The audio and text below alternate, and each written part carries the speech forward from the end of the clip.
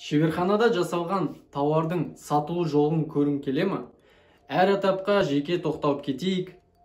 Бастаймыз.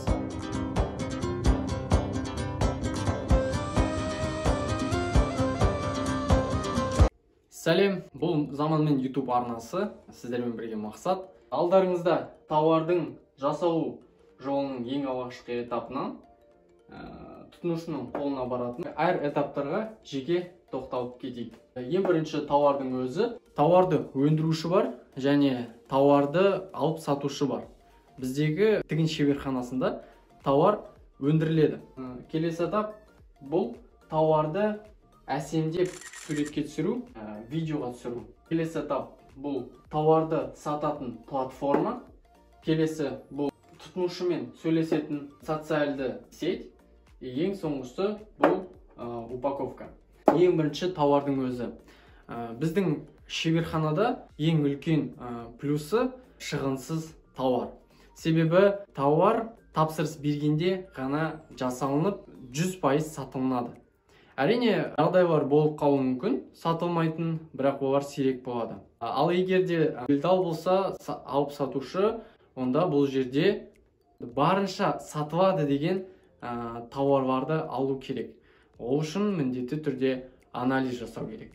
Келесі этап презентабельный вид. Егер де фото жасайтын болса суретті, онда деген программалар бар, приложениялар бар. Фотоға түсіресің, енді артындағы фонды өзгертіп, әсемдеп қоюға болады.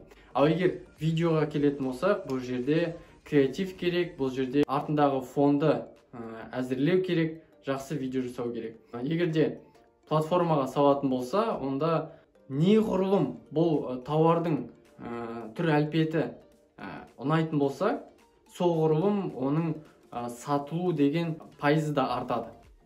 Келесі бұл жерде Инстаграмның иконкасы тұр, бұл платформа. Енді платформалардың түрлері көп. OX бар, Каспи бар, қазіргі дамып келе жатқан Вайберис, Озон дейді. Платформалардың түрлері өте көп. Біз Инстаграм желісінен бастаған болатынбыз. Оның себептері ең бірінші ол тегін. Екіншіден ол осы оқырмандармен, потенциалды тұтынушылармен әрқашан байланыста болу. Бұл Инстаграмның ең негізгі құралдары бар. Соларға жеке тоқталып кетеміз. Ең бірінші бұл сторис. Біз ең алғашқы осы тапсырыстарымызда тауарды жасаған кезде әрқашан сториске түсіріп отыратынбыз. Бұның екі жақты плюсы бар. Біріншіден, адамдарда мынандай стереотип бар да, артындағы фон әдемі болу керек. Камера өте күшті болу керек. Қалай бар, солай түсіре беру керек.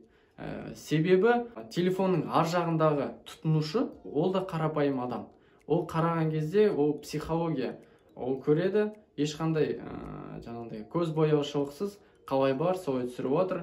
Ризашылық болады, қолдау болады, дұрыс бір нәрсе жасап жатыр дегендей. Екіншіден, сенім пайда болады. Екінші плюсы сторис жасап жатқан адамның өзіне, себебі камераға ақырын үйренеді. Себебі бұл менің өзімде ондай проблема болған. Камераға үйрену деген менде бір барьер болған. Өзімнің ойымды дұрыстап жеткізе алу, немесе кішкене қысылу дегендей. Сторис түсірген сайын камераға адам үйрене бастайды. Келесі құрал бұл пост. Тауардың презентабельный видін суретке түсіріп видеосын жасағаннан кейін міндетті түрде оның постын жасау. Себебі бұл кәсіптегі қандай тауарлар бар екенін әрқашан көрсетіп тұрады. Бұл посты кем дегенде аптасына бір рет салып отыру керек. Келесі бұл таргет рекламасы. Фейсбуктың значогы тұр. Қазір бұл Фейсбук емес, қазір мета болып кетті. Инстаграм бұл метаға қарайды. Таргет құралы өте жақсы құрал. Бұл ақылы құрал, бірақ та егер де бұл құралды меңгеріп алсаң, онда оның пайдасы зор. Қысқаша айтқанда, дүкеніңдегі немесе шеберханаңдағы жасалынатын тауар кімді қызықтырады, сол адамдарға тауарыңды көрсетеді. Және тиесілі оқырманның санын артады, және тауарыңның өтуіне себепші болады. Бұл құралды үйрену үшін көңіл бөлу керек, себебі қыр-сырлары бар. Бір үйреніп алатын болсаң, онда анализ жасап отырып сол таргетті қолдансаң, онда оқырмандардың саны да артады, тауардың сатылымы да артады. Ең соңғы этаптар қарым-қатынас жасайтын желі WhatsApp, Telegram сияқты. Келесі ең соңғы бұл упаковка.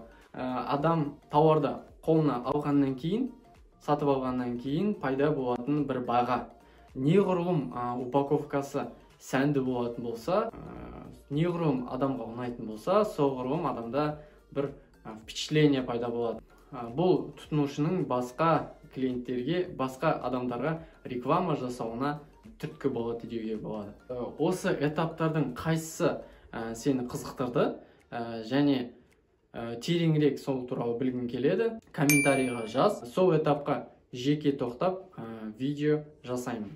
Егер де осы әр этапқа көңіл бөліп сапасын арттыратын болсаң, онда кәсібің сапасы артады. Заманмен бірге бол.